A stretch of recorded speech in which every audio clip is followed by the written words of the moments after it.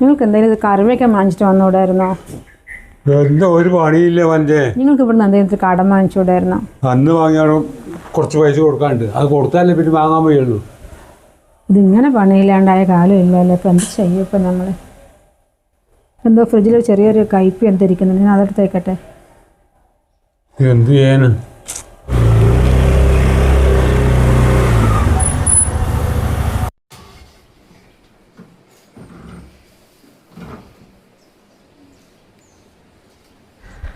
പൂജ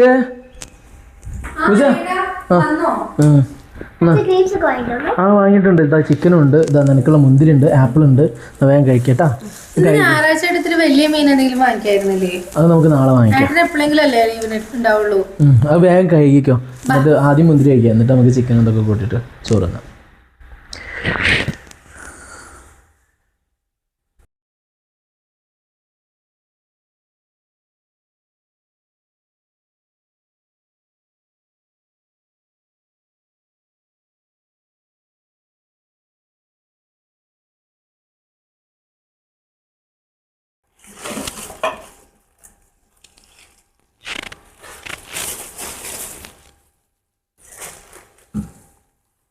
fruits ഒന്ന് ഫ്രിഡ്ജിലേക്ക് വെച്ചോ, മമ്മ വാഷ് ചെയ്തിട്ട് തരാം കേട്ടോ.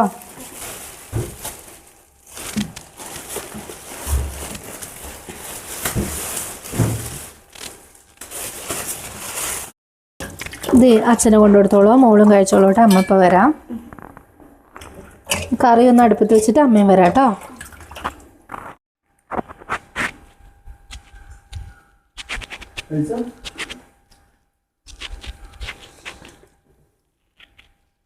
ഏത് സിനിമ? വെച്ചിട്ടേ ഉള്ളൂ.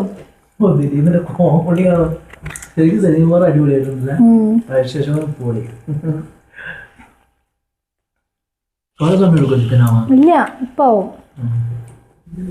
ഏതൊരു കയ്പുണ്ട് പറഞ്ഞു. കുറച്ച് പച്ചമുളക് ഇട്ടിട്ടേ മുറിച്ചിട്ട് അത് വേർക്കി കുറച്ച് ചോറ് കൊടുത്തു. എനിക്ക് ഭയങ്കര വിശപ്പാണ്. അവർ ചിക്കനൊക്കെ ഉണ്ടാക്കുകയല്ലേ അടുക്കളയിൽ. ആ അടുപ്പിൽ അതൊക്കെ വെച്ചിട്ടുണ്ടാവും. ഞാൻ അതിൻ്റെ ഇടയിൽ കൂടി ഒരു കയ്പ് എടുത്തിട്ട് പോകാനോ? ഞാൻ കയ്പ് ഇങ്ങനെ എടുത്തിട്ട് വരാം, ഇവിടെ നിന്ന് മുറിക്കുക. അപ്പോഴേക്കും ഒരു ചിക്കൻ ആകട്ടെ, എന്നിട്ട് വേവിച്ച് തരാം. ഇത്തിരി വിശപ്പൊക്കെ സഹിക്കും. ഇതാവുമ്പോഴേ നല്ല കശപ്പുണ്ടാവില്ല, നല്ല കയ്പ് അല്ലേ. നിങ്ങൾ അന്ന് വാങ്ങിച്ചു പറഞ്ഞു, ഞാനൊന്ന് ഒരെണ്ണം എടുത്ത് വെച്ചതാ. ഒന്നിച്ച് വെച്ചാണെങ്കിൽ അത് കഴിയും. പിന്നെ എന്ത് ചെയ്യും? ഇപ്പം ഒന്ന് വേണം പറഞ്ഞാൽ ഇപ്പോൾ ഒന്നെടുത്ത് വെച്ചപ്പോഴേ നമുക്ക് ഇന്നേക്ക് ഒരു കറിയായില്ലേ. അതൊന്നും കളയണ്ട. ഇത് കളഞ്ഞിട്ടില്ലെങ്കിൽ കുറച്ചും കൂടി പെരുക്കും കിട്ടും, വെക്കുമ്പോൾ കൂടുതലുള്ള പോലെ തോന്നും. അതിരിക്കട്ടെ. കയ്പ് നല്ലതാ. അതന്നെ, കയ്പ് നല്ലതാ. പക്ഷെ മുരിങ്ങൻ്റെ ഇല കിട്ടിയാൽ മതിയായിരുന്നു, തോരനാക്കാം.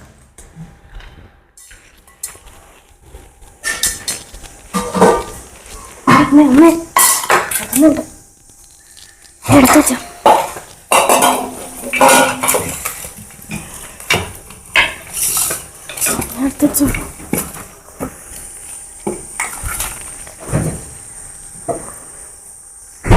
അതെ, എന്റെ അച്ഛൻ വാങ്ങിച്ച ഉള്ളിയാ. അച്ഛൻ വാങ്ങിച്ചതല്ലേ അത്? ഇത് ഞങ്ങൾ വന്ന് വാങ്ങിച്ചതാ. എന്ന് വാങ്ങിയത്? നിങ്ങൾ ഇവിടെ എത്ര കാലമായി ഉള്ളിയൊക്കെ വാങ്ങിയിട്ട്? അന്ന് അച്ഛൻ പച്ചക്കറിയും കയ്പ് വാങ്ങുമ്പോ വാങ്ങിക്കാം. അത് ഇവിടെ തന്നോ? നിങ്ങളെല്ലാം മക്കളേത് ഞങ്ങൾ വാങ്ങിയ ഉള്ളിയത്. ഞാനാ ഫ്രിഡ്ജിൽ വെച്ചിട്ടുണ്ടായിരുന്നു. നോണ പറഞ്ഞിട്ട് ഓരോന്ന് എടുക്കുക. എനിക്ക് വിശക്കുന്നു.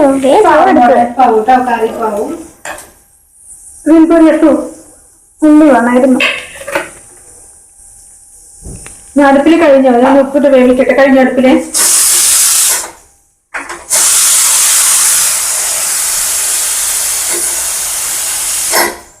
അമ്മ, ഞാൻ ഹാളിലുണ്ട്. ഫുഡ് ആയിട്ട് വിളിച്ചാൽ മതി.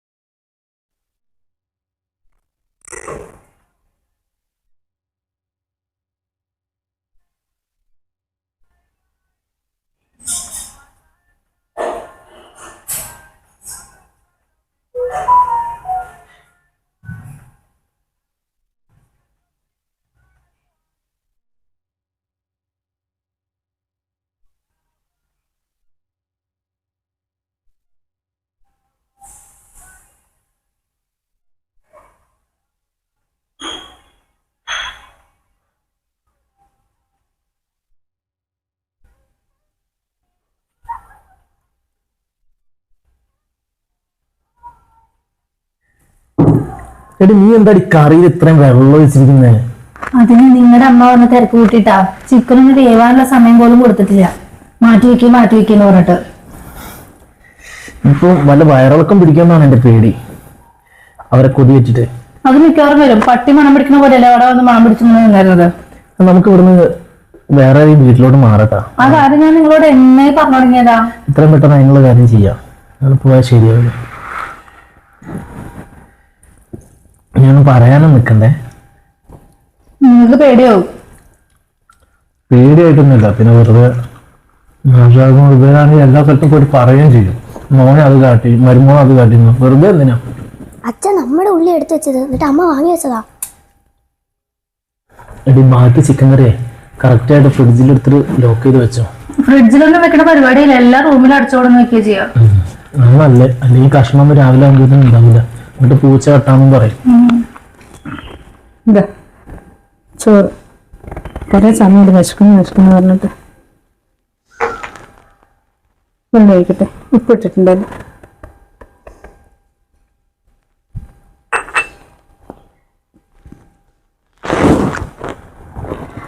നീ കഴിച്ചോ? ഞാനിപ്പോൾ കഴിക്കാം, നിങ്ങൾ കഴിക്കാം. നീ ആരുടെ കാര്യം നിൽക്കുക? നീ എടുക്കുന്ന? ഞാൻ കഴിക്കുക സുഖാട്ടാ. നിങ്ങളെല്ലാം മരുന്ന് കഴിക്കുന്ന ആള് കുറേ സമയം വിശക്കുന്നു പറഞ്ഞ് കഴിക്കും. എന്നാ ഉള്ളി പറ്റുമോ നോക്കട്ടെ.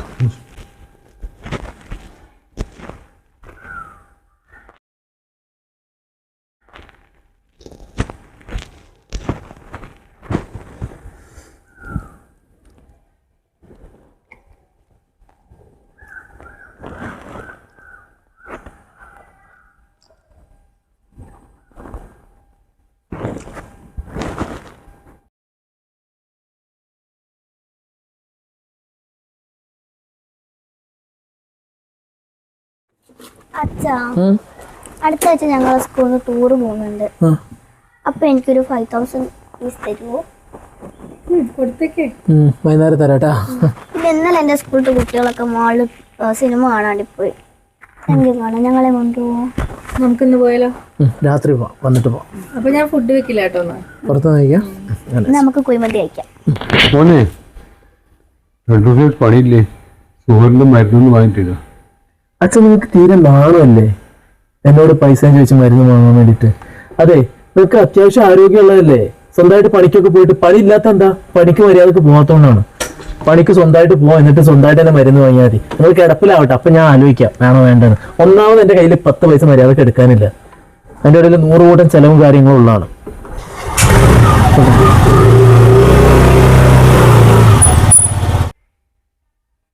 എന്തിനെങ്ങനെ ഇടയ്ക്കിടയ്ക്ക് മരുന്ന് പറഞ്ഞിട്ട് പൈസ ചോദിക്കണ ഏട്ടൻ പോവാൻ നിൽക്കുമ്പോ? മുന്നേക്ക് തന്നതിന്റെ ഒരു 100-300 രൂപ തിരിച്ചു തരാല്ലേ? അത് തരൂല്ല.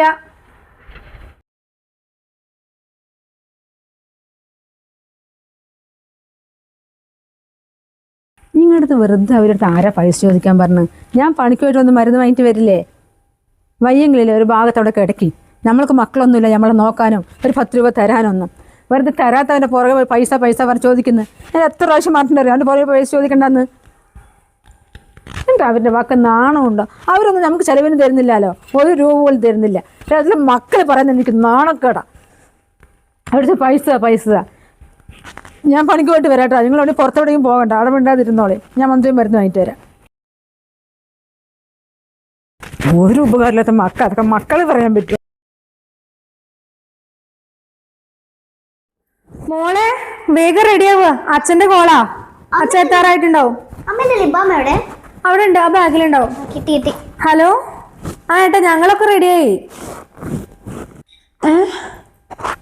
ഇതാരാ സംസാരിക്കണേ? ഇത് ഹരിയേട്ടന്റെ നമ്പറാണല്ലോ. ആ, ഹരിയേട്ടന്റെ വൈഫാ. ഏത് ഹോസ്പിറ്റലിലാ? എന്നിട്ട് ഏട്ടൻ്റെ അടുത്ത് പാരാളെ? ഞങ്ങൾ വേഗം വരാം. ആ ചേട്ടാ അവിടെ തന്നെ ഉണ്ടാവണേ, ഞങ്ങൾ വന്നിട്ട് പോയാ മതി. ശരി. എന്താ അച്ഛന് പറ്റിയത്? മോളെ അച്ഛൻ ഇങ്ങോട്ട് വരുമ്പോ അച്ഛനെ വണ്ടി തട്ടിയതാ. ഇനിയിപ്പോ എന്താ ഞാൻ ചെയ്യാ?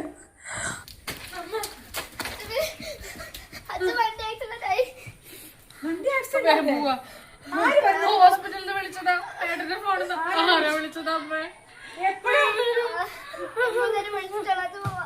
അച്ഛൻ പോവാ.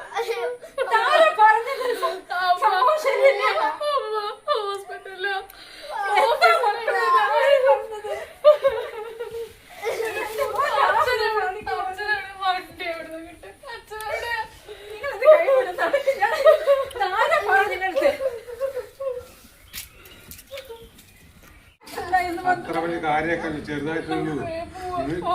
ഡ്രസ് വാങ്ങിച്ച് പോയാൽ മതി.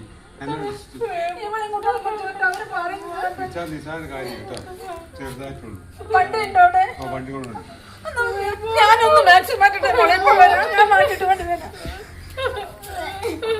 ബേജാറാകൊന്നും വേണ്ട.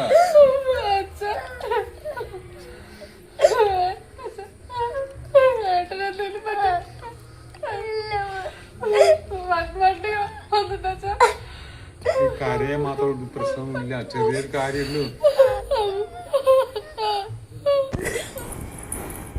ഞാനേ ഇന്ന് എന്റെ വീട്ടിൽ പോവാൻ പോവാ. ഇനി നിങ്ങളോ നിങ്ങളുടെ വീട്ടുകാരോ എന്നെ എന്റെ വീട്ടുകാരോ വിളിച്ചു കഴിഞ്ഞാലേ പോവല്ലേടി, പോവല്ലേ. ഇന്നോ നാളെയോ എണീക്കുന്നു വിചാരിച്ചിട്ടേ 3-4 മാസമായി ഞാനിവിടെ നിങ്ങളെ നോക്കിയിരിക്കണോ? നിങ്ങൾ ഇനി എണീക്കാൻ പോണില്ലാന്നേ ഡോക്ടർ എന്നോട് പറഞ്ഞു. മോളെ വാ മോളെ. അമ്മേനൊന്ന് പോവല്ലേന്ന് പറ. അച്ഛനും മോള് പോവല്ലേ. എടി ഞാനിങ്ങനെ അവസ്ഥയിലായത് എന്റെ തെറ്റില്ലല്ലോ. പോവല്ലേ. എനിക്ക് 32 വയസ്സായിട്ടുള്ളൂ. ഇങ്ങനെ ഇന്നോ നാളെയോ എണീക്കുന്നു വിചാരിച്ച് 3-4 മാസം നിന്ന് തന്നെ നിങ്ങൾക്ക് വലിയ കാര്യം എന്ന് വിചാരിച്ചാൽ മതി. എടി എന്നത് മനസ്സിലാക്ക്. ഇവിടെ നിന്ന് ജീവിതം നശിപ്പിക്കാൻ എനിക്ക് പറ്റില്ല മനുഷ്യ. ഞാൻ പോവാ, മോളെ കൂട്ടി ഞാൻ പോവാ. ഇങ്ങനൊരു അവസ്ഥയിൽ ഞാൻ ആവുന്നുള്ളത് എനിക്ക് അറിയില്ലായിരുന്നല്ലോ. ഇങ്ങനത്തെ അവസ്ഥയിൽ ഭാര്യമാര് ഭർത്താക്കന്മാരെ ഇട്ടിട്ട് പോവില്ലല്ലോ വേണ്ടേ, അവർക്ക് സംരക്ഷണം കൊടുക്കല്ലേ വേണ്ടേ. എത്ര കാലാന്ന് വിചാരിച്ചാ ഞാൻ നിങ്ങളുടെ കൂടെ ഇങ്ങനെ നിക്കുക? നിങ്ങൾക്ക് ഇപ്പൊ എന്തിനെങ്കിലും പറ്റുന്നുണ്ടാ? ഒന്ന് എണീറ്റിരിക്കാൻ പോലും പറ്റുന്നുണ്ടാ? എനിക്ക് പിന്നെ ആരാടില്ലേ? അച്ഛന്റെ മോളൊന്ന് അമ്മയ്ക്ക് പറഞ്ഞ് മനസ്സിലാക്കി കൊടുക്ക്. അച്ഛന് ആരുമില്ല, പോവല്ലേ.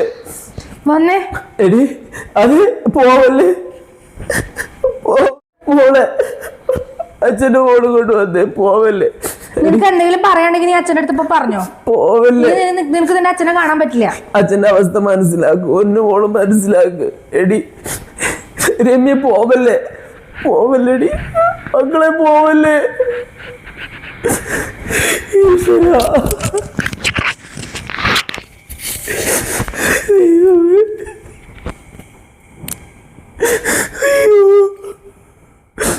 അമ്മ, അമ്മേ, അമ്മേ.